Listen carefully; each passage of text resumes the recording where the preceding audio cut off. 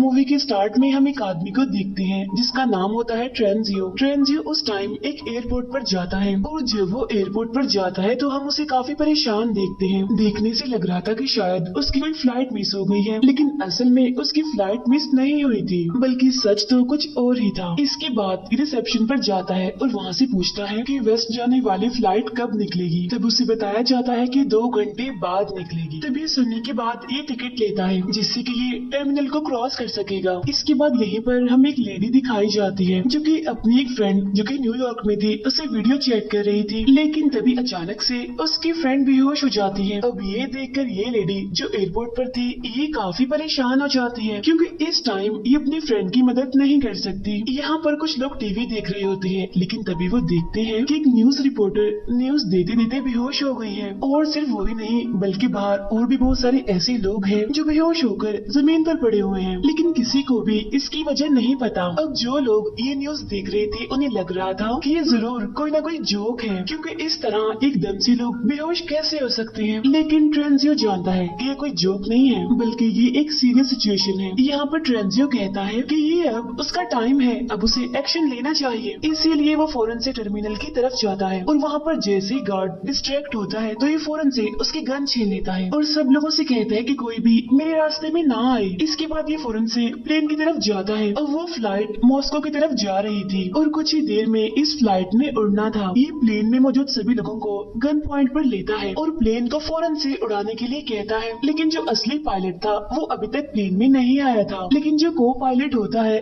वो इस टेररिस्ट की हेल्प नहीं करना चाहता, इसीलिए ये दोनों एक दूसरे से लड़ रहे होते हैं, जिसकी वजह से एक गोली उस पायलट को लग जाती है, इसीलिए वो जख्मी हो जाता है। ये गोली उस पायलट के हाथ में लगी थी। अब इस सारे सिचुएशन की वजह से वो सारे पैसेंजर्स काफी परेशान थे और फ्लाइट अटेंडेंट इन सबको हौसला दे रही थी कि सब ठीक हो जाएगा, कुछ भी नहीं होगा। इसके बाद ट्रेंजियो कॉकपिट से बाहर आता है और सबसे पूछता है क्या बोर्ड पे कोई और पायलट है। अब ये सुनकर एक लेडी उठती है जो कि असल में एक रिटायर्ड पायलट थी और ट्रेंजियो के ऑर्डर पर वो आखिरकार टेक ऑफ ले ही लेती है। अब गोली की वजह से प्लेन के एवियोनिक्स टूट चुके थे, इसीलिए कोई भी प्लेन से बाहर नहीं जा सकता था, इसीलिए अब मजबूरन उन सभी को ये सफर करना ही पड़ेगा। इसके बाद ये लोग रिटायर्ड पायलट यानी कि सिल्वी से पूछते हैं कि क्या वजह है कि इतनी इमरजेंसी में टेक ऑफ करवा रहा है, जिस पर वो बताता है कि नेटो में मुझे ऑफिसर असाइन किया गया था और मुझे कुछ ऐसी बातें पता है जो किसी और को नहीं पता। फिर जब बार बार पायलट जिद करते हैं असली वजह पूछने पर तो वो बताता है कि असल में सनरेज डेडली हो चुकी है और अगले दिन के स्टार्ट पर ही सूरज की रेस की वजह से सारे लोग मारे जाएंगे, यहाँ तक कि वो लोग भी जो कि घरों के अंदर होंगे। वो बताता है कि ये तो पहले ही जापान और कोरिया में हो रहा है और अब सूरज का अगला टारगेट ये प्लेन होगा। अगर सूरज की रेस इस पर पड़ गई तो तब इस बात पर वो पायलट यकीन नहीं करते और कहते हैं कि शायद तुम पागल हो। तब ये सुनकर ट्रेंजियो कहता है कि शायद मैं आपको पागल लग रहा हूँ, लेकिन ऐसा है नहीं, मैं पागल नहीं हूँ। वो पायलट मैथ्यू जिसके हाथ में शूट लगा था उसके हाथ से खून बह रहा होता है। तो प्लेन में मौजूद एक लेडी जो कि मेडिकल प्रोफेशनल होती है वो ये जिम्मेदारी लेती है कि मैं पायलट की मदद करूंगी। यहाँ पर वो लेडी हॉट नाइफ का यूज करती है ताकि वो उस पायलट के हाथ से उस गोली को निकाल सके। अब इस वजह से पायलट को बहुत ज्यादा दर्द हो रही थी और प्लेन में मौजूद सारे पैसेंजर्स भी उसकी वजह से परेशान हो रहे थे, लेकिन यहाँ पर मैथ्यू जानता था कि उसे सब्र से काम लेना चाहिए क्योंकि सबकी जिंदगी अब उस पर डिपेंड करती है। यहाँ पर मैथ्यू सबको बताता है कि हम उसी जगह पर लैंड करेंगे जहाँ पर लैंड करने का ट्रेंजियो हमें कह रहा है, बजाय उस जगह पर लैंड करने के जहाँ पर हमने सोचा था। यहाँ पर मैथ्यू को लगता है कि फाइटर जेट्स लाजमी आ रहे होंगे उन्हें रेस्क्यू करने के लिए, क्योंकि उन्होंने ये प्लेन इसीलिए उड़ाया था क्योंकि उसे यानी मैथ्यू को गन पॉइंट पर लिया गया था। लेकिन दूसरी पायलट यानी सिल्वी को ऐसा नहीं लग रहा था, उसे नहीं लग रहा था कि कोई उनकी मदद करने के लिए आएगा। वहाँ एक और पैसेंजर को जब ये बात पता चलती है कि सन रेज सबको मार रही है तो उसे इस बात पर यकीन नहीं होता, इसीलिए वो पायलट्स पर शक करने लगता है, यानी कि सारे पायलट्स उनसे झूठ बोल रहे हैं। इस पैसेंजर का नाम अयाज होता है। इसके बाद हम एक और पैसेंजर को देखते हैं जो कि अरबी होता है। ये पैसेंजर एकदम से खांसी करने लगता है और देखते ही देखते बेहोश हो जाता है। अब यहाँ पर अयाज ऐसे प्रिटेंड करता करता है कि जैसे वो इसकी हेल्प कर रहा है, और इसी सब के बीच वो ट्रेंजियो से उसकी गन छीन लेता है। इसके बाद ट्रेंजियो को वॉशरूम में बंद कर दिया जाता है और बाकी सभी पायलट से पूछा जाता है कि आखिर सच क्या है। तब पायलट सबको बताता है कि हम लोग वेस्ट में लैंड करने वाले हैं। वो बताता है कि हमारा प्लेन आइसलैंड में लैंड करेगा क्योंकि ट्रेंजियो चाहता है कि हम वेस्ट में जाएं। तो वहाँ पहुँचने पर पुलिस टेररिस्ट को अरेस्ट कर लेगी और बाकी सब लोगों को आजाद कर दिया जाएगा। वो इन लोगों को सूरज के बारे में भी बताता है। वो बताता है कि ट्रेंजियो को लगता है कि सूरज की रेज लोगों को मार रही है। तब इस पर बाकी पैसेंजर्स को भी याद आता है कि उन्होंने भी काफी अजीब चीजें देखी हैं, इसलिए वो सभी लोग अपनी अपनी फैमिलीज के लिए परेशान होते हैं। तब इस पर पायलट मैथ्यू उन सबसे कहता है परेशान होने की जरूरत नहीं है, मैं एज अ कैप्टन आप सबकी जिम्मेदारी लेता हूँ और मैं आप सभी को बचा लूंगा। इसके बाद हम देखते हैं कि ये प्लेन वेस्ट में पहुंच जाता है और ये प्लेन आइसलैंड में लैंड करने ही वाला होता है। लेकिन तभी वो पायलट देखता है कि यहाँ पर तो पहले ही बहुत सारे प्लेन्स हैं और इतने ज्यादा प्लेन्स होने की वजह से कुछ प्लेन्स तो क्रैश भी हो गए हैं और तो और यहाँ पर लैंड करने की जगह भी नहीं है, लोग भी इधर उधर भाग रहे हैं, जिससे पायलट को यकीन हो जाता है कि ट्रेंजियो सच ही कह रहा था। लेकिन अब क्योंकि इनके पास लैंड करने की कोई और जगह नहीं है तो ये सोचते हैं कि थोड़ा आगे जाकर स्कॉटलैंड में लैंड करेंगे। इसके बाद ट्रेंजियो को वॉशरूम से बाहर निकाला जाता है और उससे कहा जाता है कि सबको इस सिचुएशन के बारे में बताओ, यानी कैसे सूरज की रेस सबको मार रही है। ट्रेंजियो कहता है कि मुझे सबके बारे में मेरे सीनियर से पता चला और मैं तो खुद भी नहीं जानता कि ये सब कुछ क्यों हो रहा है और ये सब कुछ कब खत्म होगा। मैं तो बस इतना जानता हूँ कि अगर हमें बचना है तो हमें सूरज से कहीं दूर लैंड करना पड़ेगा, किसी ऐसी जगह पर जहाँ पर सूरज की रेस ना पहुँचती हो। अब यहाँ वही अरबी जो कुछ टाइम पहले बेहोश हो गया था वो अभी भी जिंदा होता है और बड़ी ही मुश्किलों से वो सांस ले रहा होता है। वो बस मरने ही वाला होता है और अपनी आखिरी सांसों में वो सबको बताता है कि मैंने डायमंड्स स्वेलो कर लिए थे। अब यहाँ पर वो नर्स पूरी कोशिश करती है कि किसी तरह से इस आदमी के अंदर से उन डायमंड्स को निकाल दिया जाए, लेकिन उसकी कोशिशें नाकामयाब ही रहती हैं। इसके बाद हम देखते हैं कि ये लोग स्कॉटलैंड में इमरजेंसी लैंडिंग करते हैं। अब ये लैंडिंग काफी मुश्किल थी और प्लेन एक दीवार को हिट करने ही वाला था, लेकिन बड़ी मुश्किलों से कुछ ही सेकंड्स पहले आखिरकार ये प्लेन को रोक ही लेते हैं। अब जैसे ही सारे लोग लैंड करते हैं तो इनके पास बहुत सारे मैसेजेस और बहुत सारे नोटिफिकेशंस आते हैं इनकी फैमिलीज की तरफ से। इंटरनेट पर भी हर तरफ न्यूज चल रही थी जिसमें बताया जाता है कि आधी दुनिया के लोग तो मर चुके हैं सूरज की रेस की वजह से और आधे अभी बचे हुए हैं। ये एयरपोर्ट खाली था क्योंकि लोग यहाँ से भाग चुके थे। अब ये लोग डार्क प्लेस को ढूंढ रहे थे कि कहीं पर भी इन्हें डार्क प्लेस मिले और ये वहाँ पर छुप जाए, जबकि न्यूज में बताया जा रहा था कि अगर सूरज निकलता है तो तब अगर कोई इंसान बंकर में जाकर भी छुप जाए तो वो भी मर जाएगा। अब यहाँ पर इन सभी पैसेंजर्स को भी वेस्ट की तरफ ही फ्लाई करना था, इसीलिए ये सारे अपना जरूरी सामान और सप्लाईज को इकट्ठा करना शुरू करते हैं। इनमें से एक आदमी जो कि अपनी वाइफ के पास वापस जाना चाहता था वो उन सबसे लड़ रहा होता है कि मुझे वेस्ट की तरफ नहीं जाना, इसलिए यहाँ पर उसे अलाउ किया जाता है कि वो वापस जा सकता है। अब इनका अगला स्टॉप था कनाडा और वहाँ जाकर ये अपने प्लेन का फ्यूल दोबारा से भरेंगे और अपने रेडियो को फिक्स करेंगे। कुछ ही टाइम के बाद इंटरनेट ठीक हो जाता है जिससे सभी लोगों को उनके मैसेजेस मिलने लगते हैं और ये मैसेजेस उन सबके प्यारों के आखिरी मैसेजेस थे क्योंकि अब उन सबकी मौत हो चुकी है। तभी एक आदमी सब लोगों को बताता है सूरज की वजह से लोगों की मौत इसीलिए हो रही है क्योंकि इसकी वजह पोलैरिटी है। अब इनमें एक आदमी था जो कि क्लाइमेट एक्सपर्ट था, वही जानता था कि सन पोलैरिटी क्या होती है। वो बताता है कि हर 11 साल के बाद सूरज का मैग्नेटिक फील्ड रिवर्स हो जाता है, लेकिन इस बार सूरज के रिवर्स होने की डेंसिटी थोड़ी कमजोर देखी गई। उसका कहना था कि जमीन में हर उस जगह पर गैमा रेज का ब्लास्ट किया गया है जहाँ तक सूरज की रोशनी आती है और इन्हें गैमा रेज की वजह से ही लोग मर रहे हैं। अब इस थ्योरी को प्रूव करने के लिए भी इनके पास कोई रास्ता नहीं था, लेकिन तभी हम देखते हैं कि अयाज को एक नई रिपोर्ट मिलती है जिसमें बताया गया कि RAF के सर्विसमैन जो कि इन्होंने पिक किए हैं और इस टाइम इनके प्लेन में हैं, वो असल में टेररिस्ट हैं जो कि अफगानिस्तान से आए हैं। इन्हें अरेस्ट कर लिया गया था और इन्हें इनकी कंट्री में वापस लेकर जाया जा रहा था। बाहर हम देखते हैं कि उनमें से एक टेररिस्ट एक बूढ़े आदमी से लड़ रहा होता है और बाद में उसे धक्का देता है जिसकी वजह से उस बूढ़े आदमी की मौत हो जाती है। अब ये बात जब पायलट को पता चलती है तो मेन पायलट ये डिसाइड करता है कि वो उन टेररिस्ट को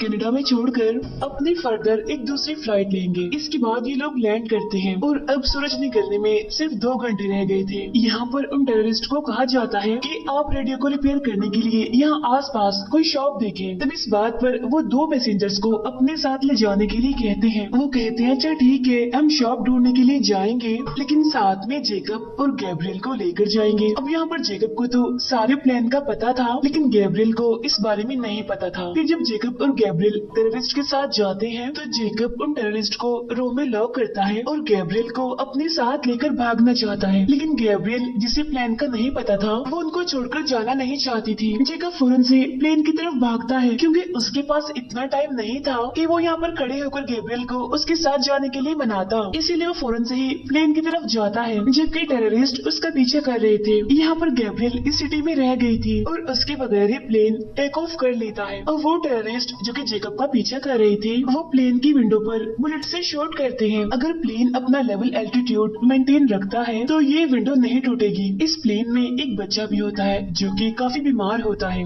और यहाँ पर अयाज उससे बात करने की कोशिश करता है कि शायद वो उसकी कोई हेल्प कर सके, लेकिन उस बच्चे की मदर उसे कहती है कि दूर रहो मेरे बच्चे से, इसे बात मत करो। लेकिन तभी ने हवाई से किसी जगह से रेडियो सिग्नल्स मिलते हैं। अब इन सिग्नल से इन्हें पता चलता है कि हवाई में कुछ पैसेंजर्स हैं जो कि अंडर वाटर बंकर में हैं और उस बंकर की वजह से ही वो अभी तक जिंदा है। अब मैथ्यू पायलट उन्हें बचाने के लिए जाना चाहता था। तब दूसरी पायलट कहती है कि हमें तो ये भी नहीं पता कि मैसेज क्लियर भी है या फिर नहीं, इसीलिए उन्हें बचाने के लिए जाना शायद ठीक नहीं होगा। उन्हें बचाने के लिए जाना पागलपन होगा। तभी यहाँ पर ट्रेंजियो आता है और कहता है कि सारे फैसले कैप्टन ही ले रहा है, हम सब क्यों नहीं ले रहे। तभी वो सारे पैसेंजर्स को बुलाता है और यहाँ पर ये फैसला होता है कि सारे पैसेंजर्स वोट करेंगे और मिलकर फैसला करेंगे। लेकिन तभी अचानक से प्लेन में अलार्म बजने लगते हैं जो कि ये बता रहा था कि शायद प्लेन में कोई माल फंक्शन है। तो इसीलिए ये प्रॉब्लम को चेक करते हैं और मैथ्यू को ये बात पता चलती है कि वो टेररिस्ट जिन्हें के ये पीछे छोड़कर आ रहे थे वो तो असल में इन्हें फॉलो कर रहे थे और उनमें से एक टेररिस्ट ने खुद को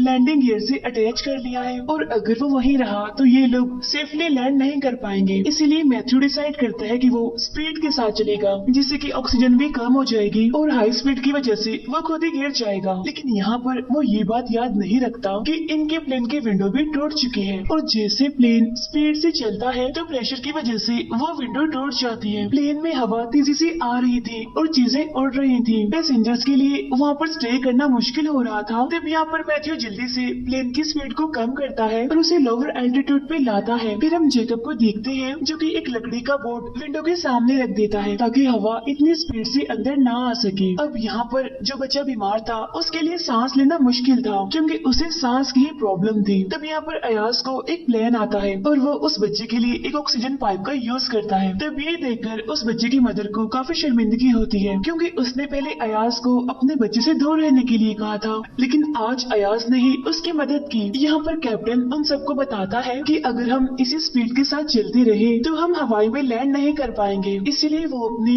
लैंड करने की लोकेशन को चेंज करते हैं। और तो और हैंगिंग टेररिस्ट की वजह से इन्हें मुश्किल का सामना करना पड़ रहा था। लेकिन तभी हम देखते हैं कि अयाज, जेकब और ट्रेंजियो अंडर कैरेज में जाते हैं।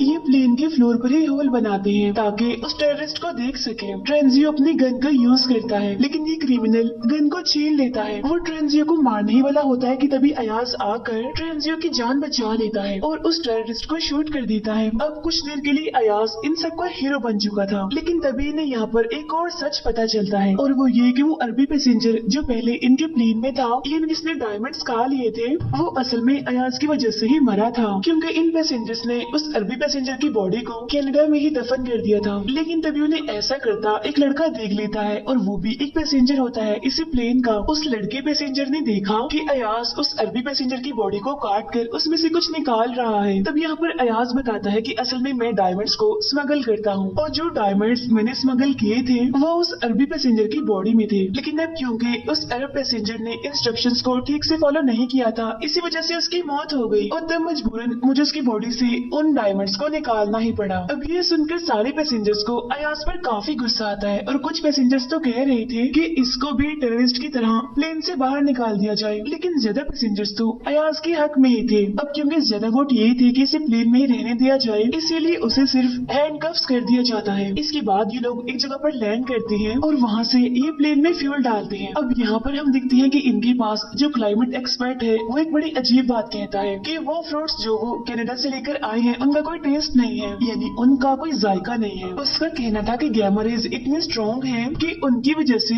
फ्रूट्स का फ्लेवर भी चला गया और अगर ऐसा ही रहा तो गैमा रेज फूड का मुकम्मल स्ट्रक्चर ही चेंज कर देंगे, जिसके बाद वो शायद कुछ हफ्तों बाद ही भूख की वजह से मर जाए। मैथ्यू काफी देर से ड्राइव कर रहा था और अब वो उस क्लाइमेट एक्सपर्ट से कहता है कि हमने उस जगह पर जाना है जहाँ पर सूरज की रेस ना पड़ती हो, इसीलिए इन बातों के बारे में हम बाद में सोचेंगे। फिर हम दूसरी पायलट को देखते हैं जो कि मैथ्यू से कह रही थी कि तुम काफी थक गए हो, अब तुम्हें रेस्ट करना चाहिए, क्योंकि काफी देर से वो प्लेन चला रहा था और उसे अब नींद आ रही थी थकावट की वजह से। और जाहिर सी बात है कि इस वजह से बाकी पैसेंजर्स की जान भी खतरे में थी। अब सारे पैसेंजर्स उसके पास आकर उसे काफी मनाते हैं और कहते हैं कि आपको सोना चाहिए। वो कहता है ठीक है मैं सो जाऊंगा, लेकिन अभी नहीं, बाद में, अभी मुझे प्लेन ही चलाना है। लेकिन तभी इन्हें एक और रेडियो सिग्नल मिलता है जिससे इन्हें कन्वर्सेशन तो ठीक से सुनाई नहीं दे रही थी, बस एक बात सुनाई दे रही थी जिसमें कहा जा रहा था तारा 17। और बहुत जल्द इन्हें समझ आ जाती है कि जो आदमी उनसे बात कर रहा है असल में वो एक एस्ट्रोनॉट है जो कि स्पेस में है।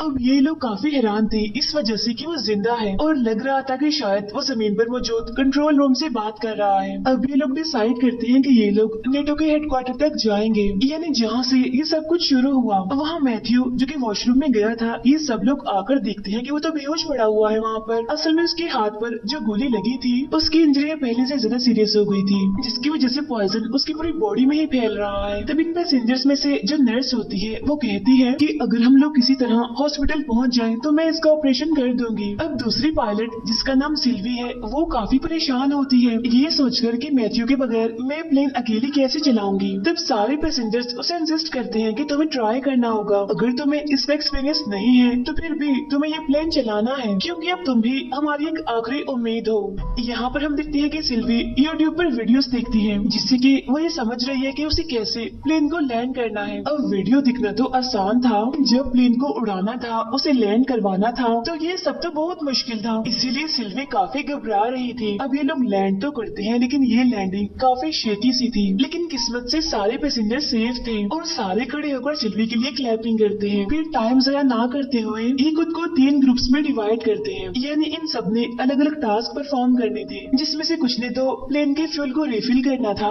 जबकि कुछ लोगों ने मैथ्यू को हॉस्पिटल पहुंचाना था और जो ट्रेंजियो और अयाज थे उन्हें नेटो के हेडक्वार्टर जाना था। हॉस्पिटल में हम देखते हैं कि यहाँ पर बहुत सारे पेशेंट्स हैं जो कि जमीन पर पड़े हुए हैं और सारे के सारे मर चुके हैं। तब नर्स उन सबसे कहती है कि इन्हें देखकर परेशान मत हो और मेन फोकस ये रखो कि हमने मैथ्यू की जान बचानी है। फिर वो बच्चा जो बीमार था उसकी मदर को हम देखते हैं जो कि अपने बच्चे के लिए अलग अलग चीजें जमा कर रही है, जैसे कि दवाइयाँ और वो चीजें जो उसके लिए जरूरी है। उधर हम देखते हैं नेटो के हेडक्वार्टर को जहाँ ट्रेंजियो सबको कंट्रोल रूम में लेकर जाता है। अब इनके पास इतना टाइम नहीं था कि ये सारी फाइल्स को चेक करते, इसीलिए ये सर्वेलेंस वीडियो को देखने का डिसाइड करते हैं कि शायद इन्हें उन वीडियोस में कुछ मिल जाए। तब इनमें से एक मेंबर थोड़ा दूर होता है तो हम देखते हैं कि ट्रेंजियो की अयाज के साथ फाइट हो जाती है। यहाँ पर ट्रेंजियो एक्सीडेंटली अयाज को हिट करता है जिससे कि अयाज बेहोश हो जाता है और उसकी बॉडी से बहुत सारा खून निकलने लगता है। वहाँ इनका एक दूसरा मेंबर जो कि एक रिकॉर्डिंग लेने में कामयाब हो जाता है। असल में इस रिकॉर्डिंग में कुछ ऑफिशियल्स बातें कर रहे थे,